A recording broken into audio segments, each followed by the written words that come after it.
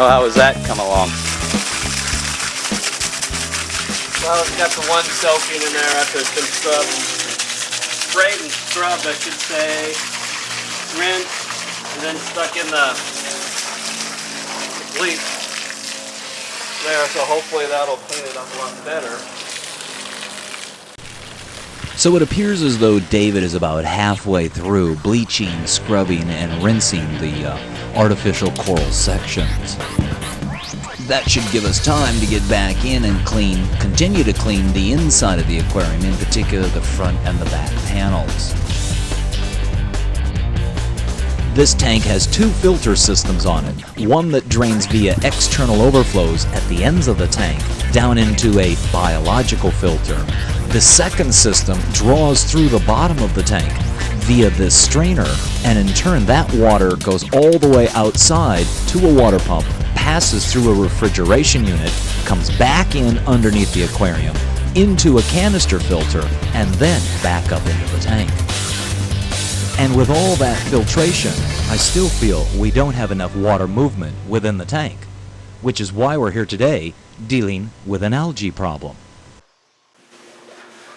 Quite often, when building new aquariums in a new constructed home, there's the option, and the contractor usually asks if I want a floor drain underneath the aquarium.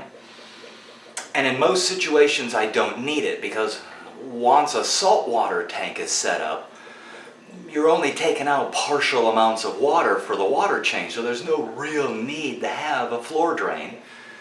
And unless the contractor's created a drain pan area or a sloped area underneath the aquarium, a floor drain really doesn't serve as capturing the water if there's a catastrophic failure of the tank.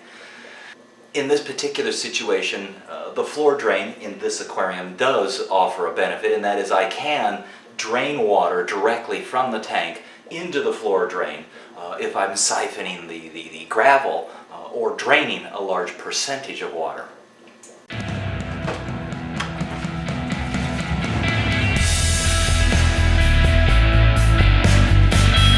What we're going to do here is vacuum the debris that's settled off the bottom of the tank out via the siphon vacuum and, of course, down that floor drain.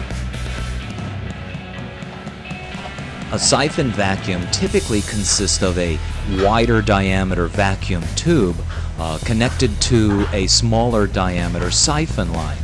As you create a siphon of water out of the tank through the larger diameter tube, it creates a vacuuming effect, and if you regulate it properly, you can draw the debris separate from the gravel, pinch the hose, and allow the gravel to fall back down into the tank, thus sucking out the debris that was trapped within the granules itself.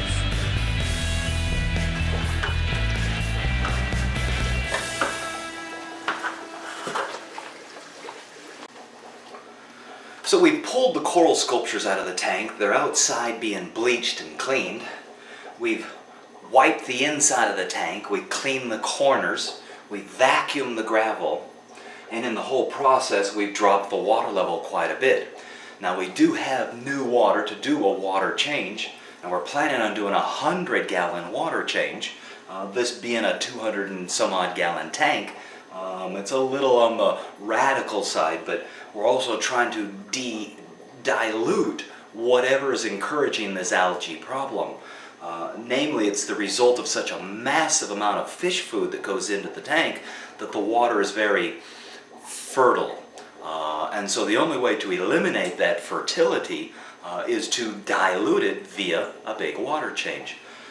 So we're going to have to calculate how much water we need to take out so that we've got the right amount to put back in.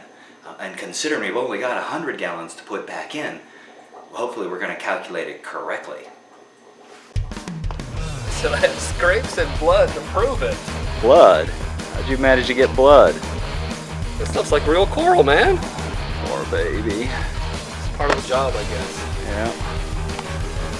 So these are These are drying. bleached, soaked, rinsed. Bleached, brushed, bleached, rinsed, drying. These? That one, this is centerpiece. So to determine the volume of water in a rectangular tank, length times width times height divided by 231. So the tank is 60 inches long, it's 18 inches wide, and we need to determine how far down to bring the water level to equal the 100 gallons of water that I want to put back in. So I've gone through 18 times 60 times 20 gives me 93 gallons. That's a 7-gallon, what I call fudge factor. I'd rather have a little extra water than not enough water. So we're going to drop the water level down 20 inches, and then we'll pump back in 100 gallons of water, and that should equal out.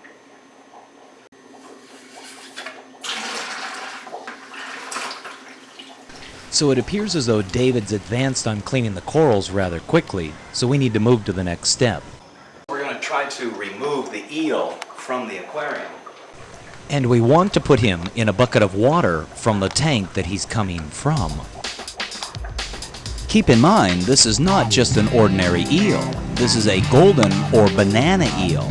This eel retails for $400.